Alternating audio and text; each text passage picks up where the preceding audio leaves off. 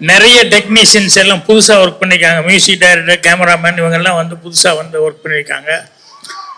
எல்லாத்துக்கும் அட்வான்ஸ் வாழ்த்துக்களை வந்து நான் தெரிவிச்சுக்கிறேன். அதே மாதிரி கோயம்புத்தூர்லேருந்து என்னுடைய ரசிக மன்றங்கள் இன்னும் அம்மாபேட்டை, அவர் கருணாகரன், அவர் மோகன் ரசிக மன்றத்தை சேர்ந்தவர், இன்னும் நிறைய பேர் எல்லாம் வந்திருக்காங்க கோயம்புத்தூர்காரங்க.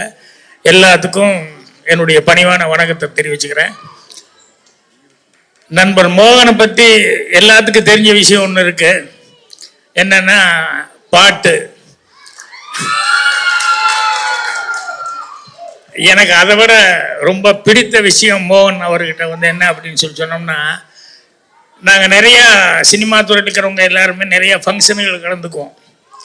அப்போ வந்து வழக்கமான சடங்குகள்லாம் இருக்கும், வழக்கமான சம்பிரதாயமெல்லாம் இருக்கும். ஆனால் எதுலேயுமே இதுவரைக்கும் மோகன் வந்து கலந்துக்கிட்டதே இல்லை.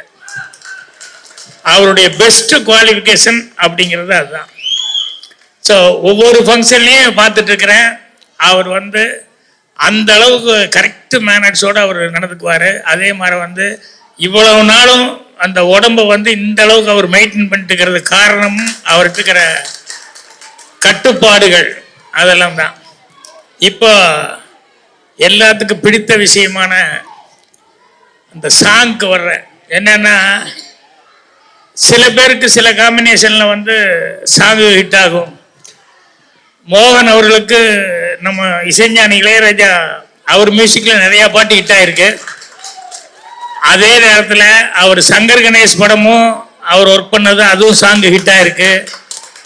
டிஆர் படமும் அதுவும் பாட்டுகள்லாம் அவர் டிஆர் மியூசிக் பண்ணி அந்த படமும் அதுவும் பாட்டு ஹிட் ஆகிருக்கு.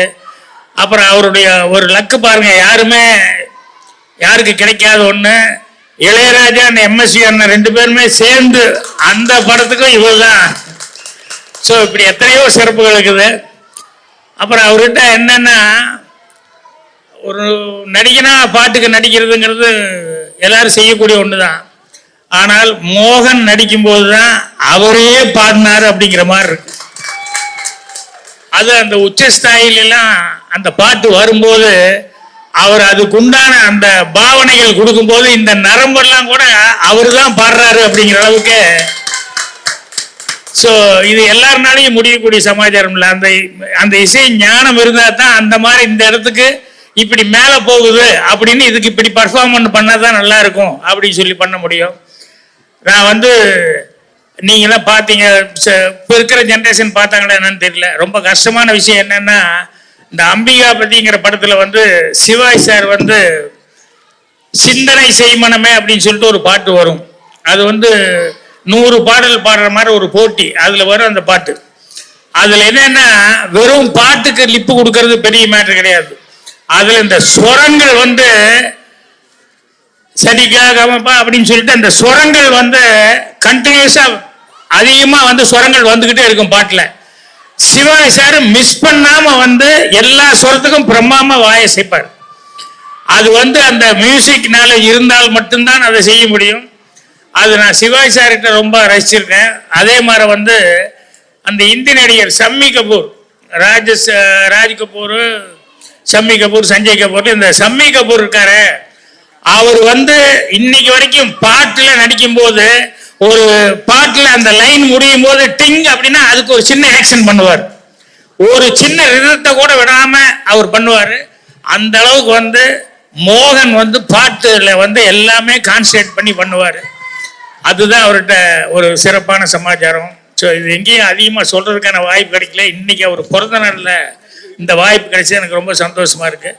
அதே மாதிரி நம்ம விஜய் அவர்கள் வந்து அவர் முதல்ல வந்து நம்ம சாரிகாசன் சாரை வச்சு ஒரு படம் பண்ணணும்னு அவருக்கு எப்படி அந்த தாட் வந்து என்ன மாதிரி கதை அப்படிங்கிற மாதிரி அவர் திங்க் பண்ணி அதை பண்ணியிருந்தாரு. அதுக்கு அடுத்தது யாருமே இந்த ஹீரோனே நினைக்க மாட்டாங்க. இன்னைக்கு இல்லை, இவர் பவுடர் படத்தில் வந்து இவர் ஹீரோவை வச்சு படம் பண்ணாரு. இப்போ நிச்சயமா மோகன் அவர்கள் வந்து இந்த பாட்டெல்லாம் பார்க்கும்போது ஸ்டில்ஸ் இதெல்லாம் பார்க்கும்போது டெஃபினட்டா வேற மாதிரி ஒரு மோகன் அவர்களை காமிக்கணும்னு சொல்லி அவர் ட்ரை பண்ணியிருக்காரு அப்படிங்க தெரியுது. மோகன் அவர்களும் இவ்வளோ கேப் விட்டு பண்றதுனால வந்து கண்டிப்பா ஒரு நல்ல ஒரு ஒரு கேரக்டர்ல ஒரு இன்வால்மெண்ட் கிடைக்கிற அளவுக்கு அவருக்கு ஒரு கேரக்டர் கிடைச்சிருக்கும். அதுதான் ரொம்ப இன்வால்மெண்ட் ஆகி இதில் நடிச்சிருக்காரு. பாட்டை பற்றி, மியூசிக் டைரக்டர் பற்றி எல்லாம் ரொம்ப சிறப்பாக அவர் சொல்லிக்கிட்டு இருந்தார். மியூசிக் டைரக்டர் பற்றியும் சொல்லிட்டு இருந்தார், கேமராமேனை பற்றியும் மோகன் சொல்லிட்டு இருந்தார். ஏன்னா ஒரு ஹீரோ வந்து இந்த படத்தில் இந்த வேலை பார்த்த டெக்னீஷியன்களை பற்றி ரொம்ப சிறப்பாக சொல்கிறதுங்கிற பெரிய சமாச்சாரம். அந்த மாதிரி ஒவ்வொருத்தரை பற்றியும் இந்த படத்தில் இது பண்ணவங்களை பற்றி எல்லாம் மோகன் வந்து பர்சனலாக தெரிஞ்சுட்டு பண்ணிட்டு இருந்தார். ஸோ மோகன் அவர்களுக்கு இது கண்டிப்பாக ஒரு திருப்பு முனை படமாக அமையணும். அதுக்கு ரசிக பெருமக்களுடைய ஆதரவு இருக்கணும். இப்போ எப்படி இந்த ஃபங்க்ஷன் வந்து பிறந்தநாள் ஃபங்க்ஷன் வந்து ரொம்ப கிராண்டாக நடக்குதோ அதே மாதிரி இந்த ஹரா படத்தினுடைய அந்த ஃபங்க்ஷனும் கிராண்டாக நடக்கணும் அப்படின்னு சொல்லி ஆண்டவனை பிரார்த்தனை பண்ணிக்கிறேன். அட்வான்ஸாக இதில் வேலை பார்த்த எல்லா டெக்னீஷியனுக்கும் என்னுடைய மனமார்ந்த நல்வாழ்த்துக்களை தெரிவிச்சுக்கிறேன். தேங்க்யூ மோகன், அகெயின் ஹாப்பி பர்த்டே. இந்த வெள்ளந்திங்கிறது ஒருத்தன் வேற சூப்பர் ஒருத்தன்னு சொல்லுவாங்கல்ல, எல்லாரும் கஷ்டப்பட்டா கூட பேர் வாங்குறது இவர் வாங்கிட்டு இருப்பாரு.